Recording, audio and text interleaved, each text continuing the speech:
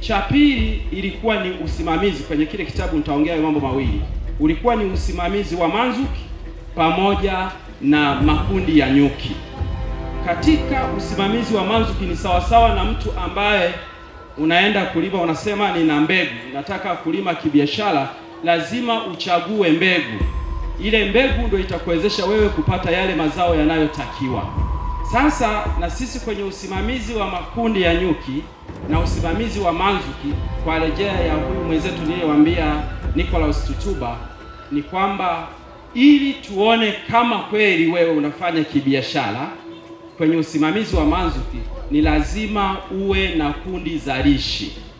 Ndio maana umewasikia watu wengi wanasema kama mizinga anayo, anaweza akakaa na mizinga hata ina makundi 100, lakini akaenda kuvuna kwenye mizinga 2 iliyo na makundi, lakini ana mizinga 100.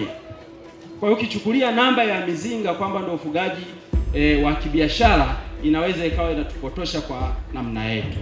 Sasa yale makundi ukiangalia, kuna yale ambayo tunaita mavivu.